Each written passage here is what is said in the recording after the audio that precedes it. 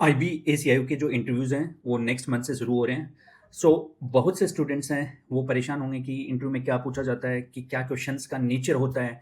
Ethical dilemmas से अगर questions आते हैं, तो उन पे हमारे आंसर्स क्या होने चाहिए, या फिर इंटरनेशनल अफेयर्स में इतना कुछ हो रहा है, तो वहाँ से क्वेश्चंस कैसे बन सकते हैं।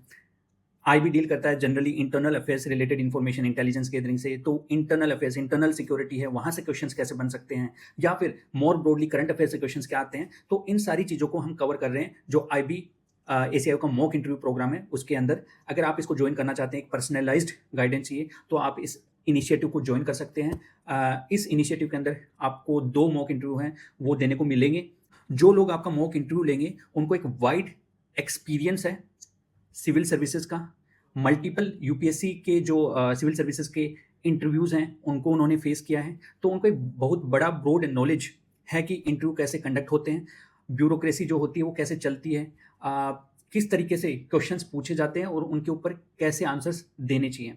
तो अगर ये गाइडेंस लेना चाहते हैं इन एक्सपर्ट से, जिन्होंने ऑलरेडी मल्टीपल यूपीएससी के इंटरव्यूज़ फेस किए हैं, तो यू आर मोस्ट वेलकम। इन 2 मॉक की जो कॉस्ट है, दैट इज़ जस्ट 999।